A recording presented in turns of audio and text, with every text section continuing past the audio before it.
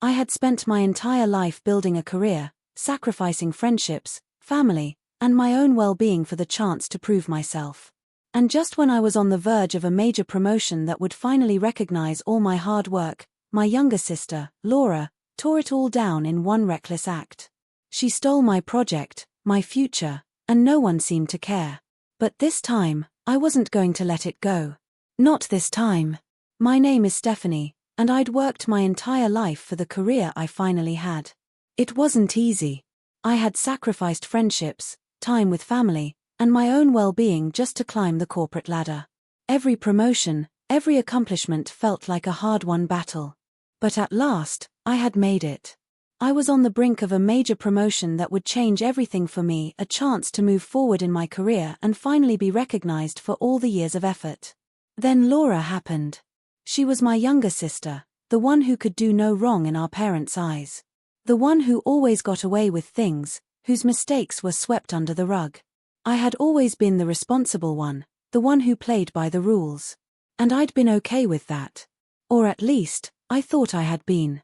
I was in the middle of an important meeting when I got the email. I saw it pop up on my phone and, without thinking, stepped outside to take a look. It was from my boss, asking if I had authorized a new project under my name. My stomach dropped as I skimmed through the email. An authorized project? Under my name?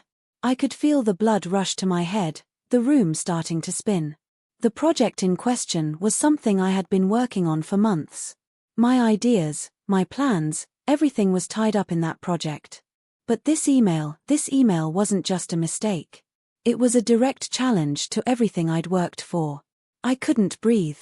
I tried calling my boss, but the phone just kept ringing. When I finally managed to get a hold of him, I couldn't even focus on the conversation. I kept thinking about the email. How had this happened? When I got home later that night, I needed answers. I found Laura sitting on the couch, scrolling through her phone. She didn't even look up when I walked in. "Laura," I said, trying to keep my voice steady. "We need to talk." She glanced at me and shrugged. "What's up?" I didn't waste time. "Did you launch a project under my name?" My voice was tight, barely controlled. "You know the one. The one that's been taking up all my time and energy." She looked up at me then, her face blank. "What do you mean?" she asked innocently. I could feel my anger bubbling up, but I kept my composure. "You know exactly what I mean," I snapped, my voice rising.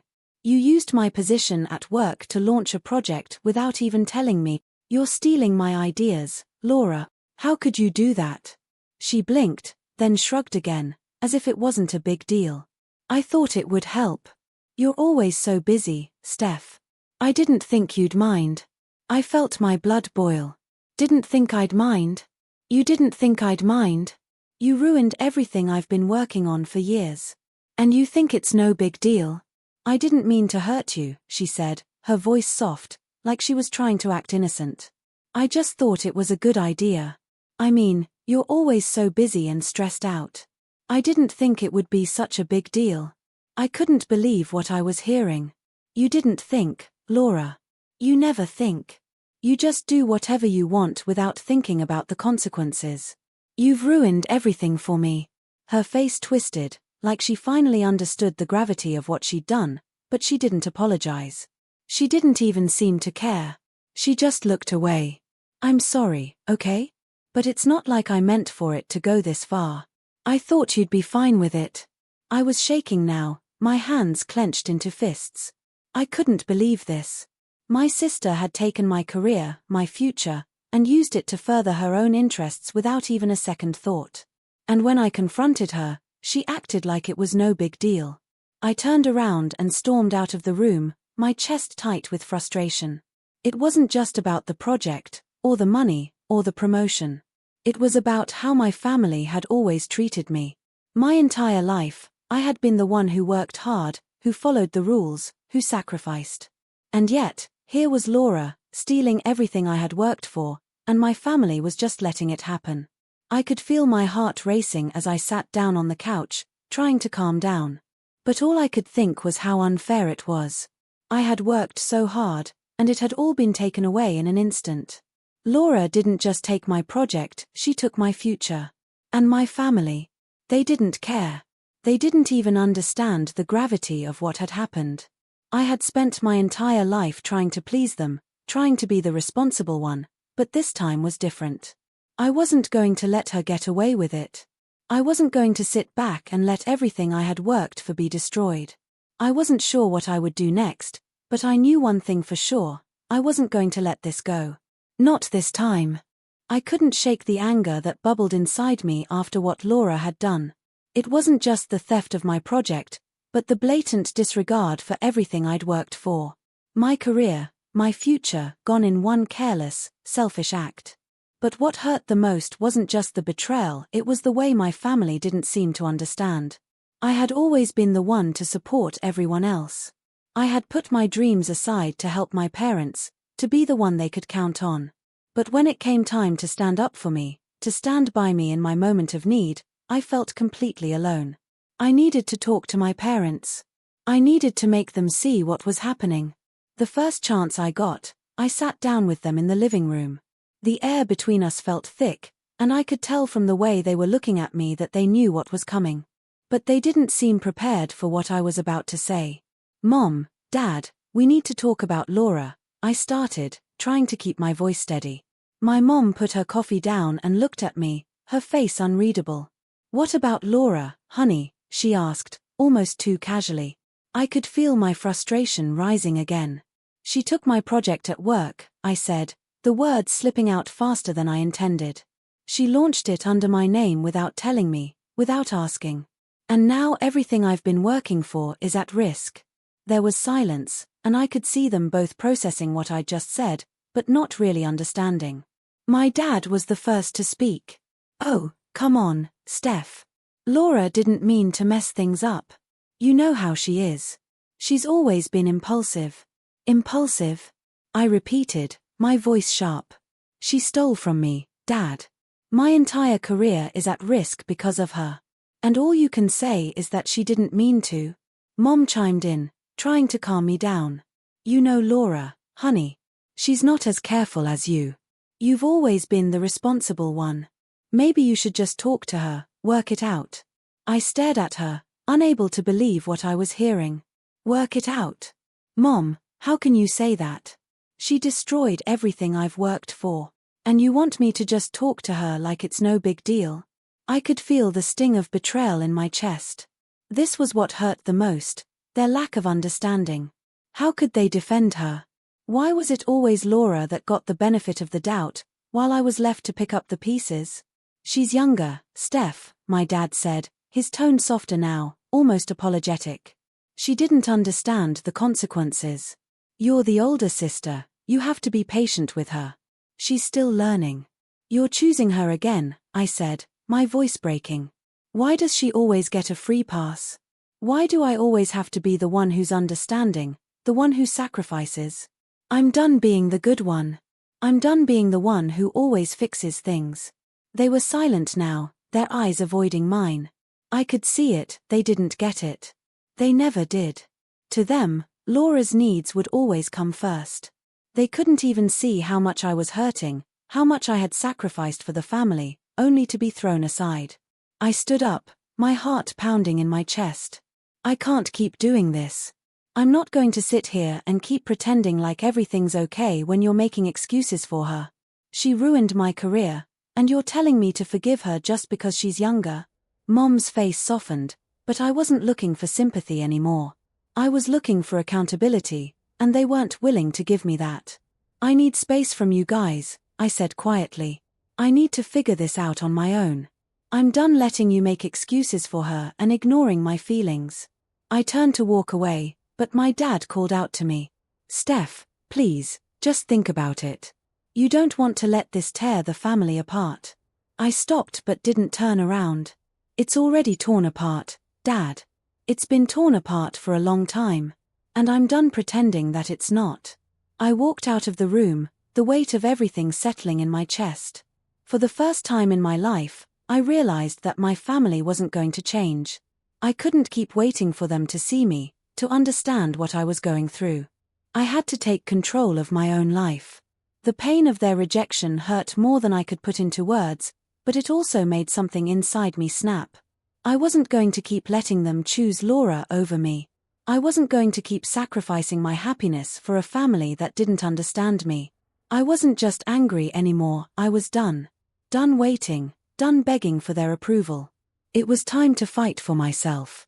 After my confrontation with my parents, everything felt different. I wasn't sure if they truly understood the pain I was feeling, but I was sure about one thing. I wasn't going to let Laura's actions define me anymore.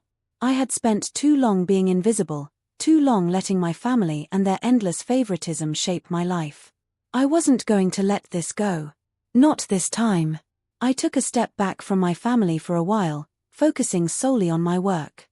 I threw myself into my career, working late nights, making sure I proved my worth without their validation. Every time I thought about what Laura had done, my chest would tighten, but I had to keep moving forward. If I didn't, I would be stuck in this endless loop of disappointment and anger. But then came the moment that changed everything. It was late one evening when I received an email from the company where I worked, a formal notice of a meeting scheduled for the following week. At first, I didn't think much of it. But as I read through the email, my stomach dropped. It was about the project Laura had stolen from me. My boss was requesting my presence to discuss the mismanagement of the project under my name. My heart raced. How had they found out? I had assumed the damage was already done and that nothing could be done to undo what Laura had done. I hadn't anticipated the company's response. I immediately called my boss, my hands trembling as I dialed the number. It rang a few times before he picked up. "Stephanie," my boss said, his voice steady, but I could tell there was something else behind his words. "I wanted to speak with you about the situation regarding the project that was launched without your approval. We're going to need to clear some things up before we can move forward." I opened my mouth, but nothing came out at first. I didn't authorize it. I didn't even know it was happening until it was too late. My sister, I stopped, realizing how ridiculous it sounded. My sister used my position without my knowledge and launched it as if it were my idea. "I'm so sorry. This wasn't what I intended." There was a pause on the other end, and when he spoke again, I could hear a sense of professionalism, but also a hint of understanding. "I know. But we have to address the consequences, Stephanie. This kind of situation can't be ignored. We need you to take responsibility for the oversight." I felt my chest tighten. "I understand. But I want to make this right. I want to fix this. I can't let this be my legacy." He sighed, and I could hear the weight in his voice. "We're going to give you time to sort it out. But we'll need a detailed explanation of what happened. And I need you to clear your name." I sat there, holding the phone to my ear, feeling more determined than ever. This was my chance to fight back, not just for my career, but for myself. I was done being the one who sat silently. I was done being overlooked. The next few days were a blur of meetings and legalities. I worked with a team to get the evidence together, showing that I had not authorized the project and that Laura had acted without my permission. It wasn't easy, but it was the only way forward. Throughout all of this, my family continued to tell me to just let it go. They didn't understand that this wasn't just about a stolen project. It was about years of my life being overshadowed, my efforts dismissed in favor of Laura's reckless behavior. "Steph," my mom said one night when I tried to talk to her again, "you're making a mountain out of a molehill. She's your sister, and she's struggling. Can't you just forgive her? You're being too harsh." I shook my head. "This isn't about forgiveness, Mom. This is about respect. I've spent my entire life trying to prove myself, and I'm not going to let Laura's actions be the reason I give up on everything I've worked for." The truth was, I wasn't just fighting to clear my name. I was fighting to reclaim my worth, to take back my future, and to show my family and myself that I wasn't going to let anyone define me anymore. By the end of the week, the company had agreed to a settlement. They would clear my name, and Laura would be held accountable for her actions. I didn't know what the future held for her, but I knew that this was my victory, my first step toward taking control of my own life. But more than anything, it was a turning point. I had finally taken a stand. And in doing so, I had discovered the strength I never knew I had. The days after everything happened felt like a blur. It wasn't just about the project anymore, it was about me. About reclaiming my future. I had stood up for myself, and in doing so, I realized that I wasn't just fighting to fix my career. I was fighting to fix myself. The legal team had done their part. The company had agreed to hold Laura accountable for her actions, and my name had been cleared. But even though the professional side of things was finally getting sorted, the emotional toll had been much harder to manage.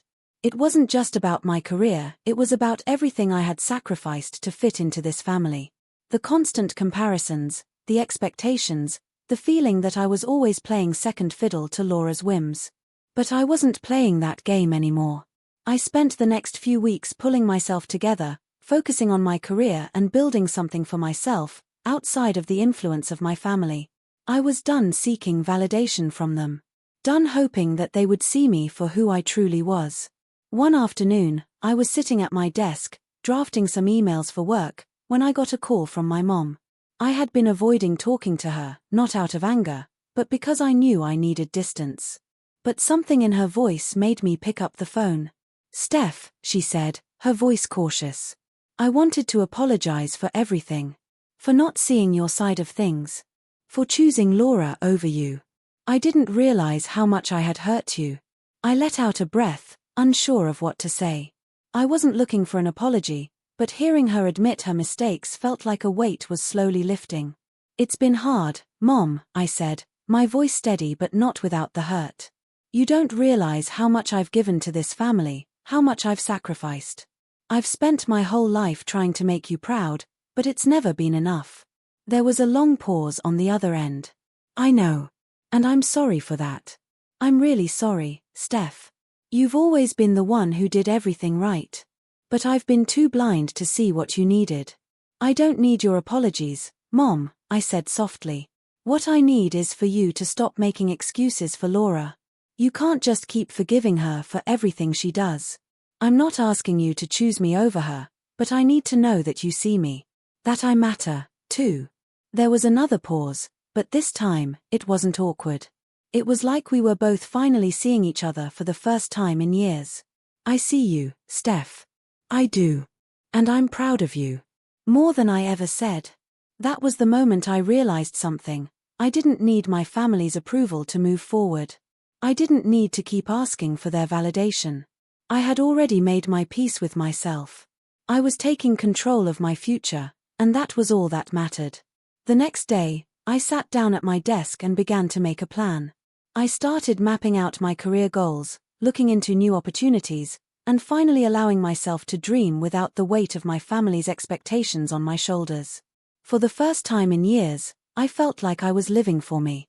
I knew there would still be struggles, still moments where I would feel the pull of my family's judgment, but I wasn't afraid anymore. I wasn't afraid to be my own person. When I finally moved into my own apartment, I couldn't stop smiling. It wasn't fancy, and it wasn't perfect, but it was mine. It was my space, my world, free from the toxic weight of family expectations. And as I stood in the doorway, looking out at the city below, I felt something shift inside me. For the first time in my life, I felt free. I had taken control of my life, and I wasn't going to let anyone, especially Laura, take that from me. I wasn't just rebuilding my career. I was rebuilding myself.